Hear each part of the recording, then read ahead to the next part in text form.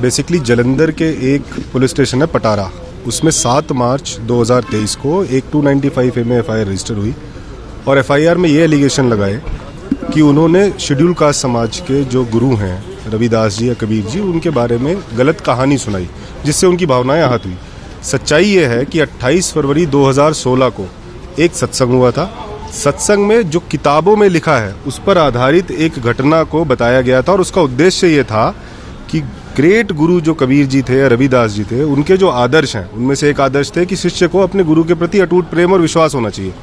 और जब उसके पास अटूट प्रेम और विश्वास होगा तभी वह उनके आदर्शों पर चल पाएगा, अन्यथा मन विचलित होगा और वो कभी भी एक अच्छा संबंध गुरु और शिष्य का नहीं बन पाएगा। इस उद्देश्य से उस कहानी को बताया गया। लोगों ने बड़ा अप्रिशिएट किया, संगत ने बड़ा अप्रिशिएट किया, पर आज 7 साल बाद कुछ निजी स्वार्थों के कारण कुछ लोगों द्वारा उस पूरे सत्संग का एक छोटा सा पोर्शन उठाया गया, तरोड़ मरोड़ के उसको पेश किया गया और ये दिखाया गया जैसे कि शेड्यूल कास्ट समाज की भावनाओं को आहत किया है। तो आप स्वाभाविक है, आज पिछले 75 वर्षों से डेरा जिस तरीके से समाज के विभिन्न क्षेत्रों में, चाहे वो भ्रूण हत्या हो, चाहे वो ड्रग प्रिवेंशन के केस में हो, चाहे वो एल्कोहल प्रिवेंशन के केस में, जिस तरह काम कर रहा है, कुछ लोगों के निजी स्वार्थ, चाहे राजनीतिक हो चाहे आर्थिक हो, उसके कारण ये गलत अफवाहें या इस तरीके की फर्जी मुकदमे दर्ज कराने का प्रयास किया जा रहा है। आज कोर्ट ने पिटीशन में नोटिस इशू किया है, पंजाब सरकार से जवाब मांगा है कि आप इसके जवाब दीजिए। नेक्स्ट डेट इज 31 मई। Thank you. देखिए, जो एफआईआर हुई है जालंधर के अंदर, ये मीडिया के माध्यम से हमें पता लगा भी इस तरह की कोई एफआईआर गुरुजी के खिलाफ जालंधर के अंदर हुई है। तो जैसे ही इस एफआईआर का हमें पता लगा, डेरा सच्चा सौदा की तरफ से साथ के साथ स्पष्टीकरण दिया गया कि डेरा सच्चा सौदा एवं पूज्य गुरु संत गुरमीत राम रहीम सिंह जी इंसा जी द्वारा किसी भी धर्म, किसी भी धार्मिक ग्रंथ, किसी भी धार्मिक महापुरुषों, गुरु पीर फकीरों के बारे में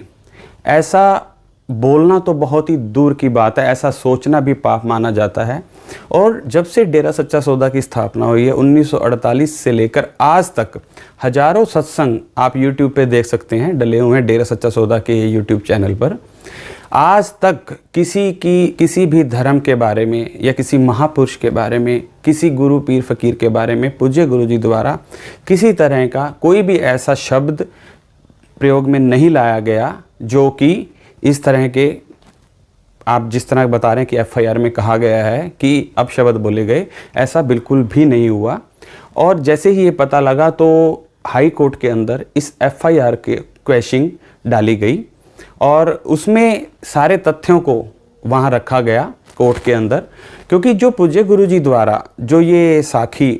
आदरणीय संत कबीर जी की और आदरणीय संत रविदास जी की सुनाई गई थी, तो ये कोई अपनी तरफ से नहीं सुनाई गई, कोई बनाकर नहीं सुनाई गई। ये साखी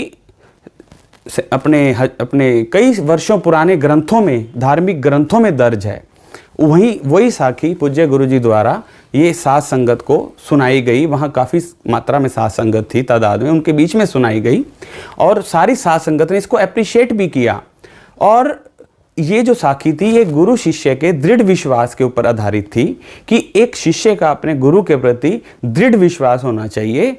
तो उसी के प्रति ये साखी सुनाई गई थी। और लोगों को प्रेरित किया गया कि जो महान संत महापुरुष संत कबीर जी और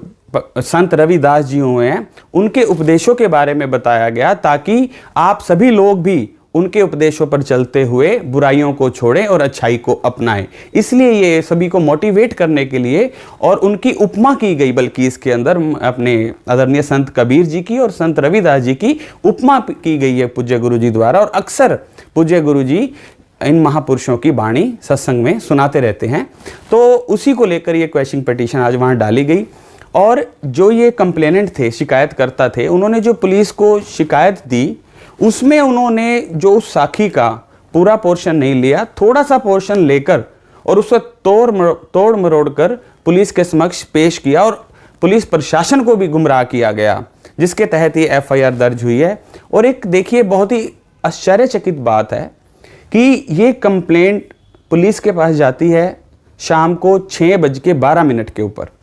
और 6:30 के ऊपर इस पर एफआईआर भी दर्ज हो जाती है। ये भी तथ्य कोर्ट में रखा गया। तो इसमें कोर्ट ने कहा भी भी आप स्टेट्स को कहा भी कि आप ऐसे ही लेफ्ट राइट करके साथ के साथ एफआईआर कर देते हैं।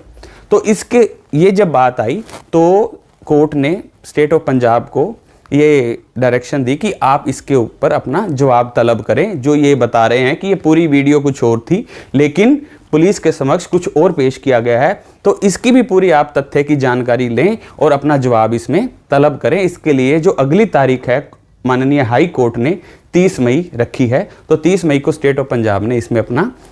पक्ष रखना है।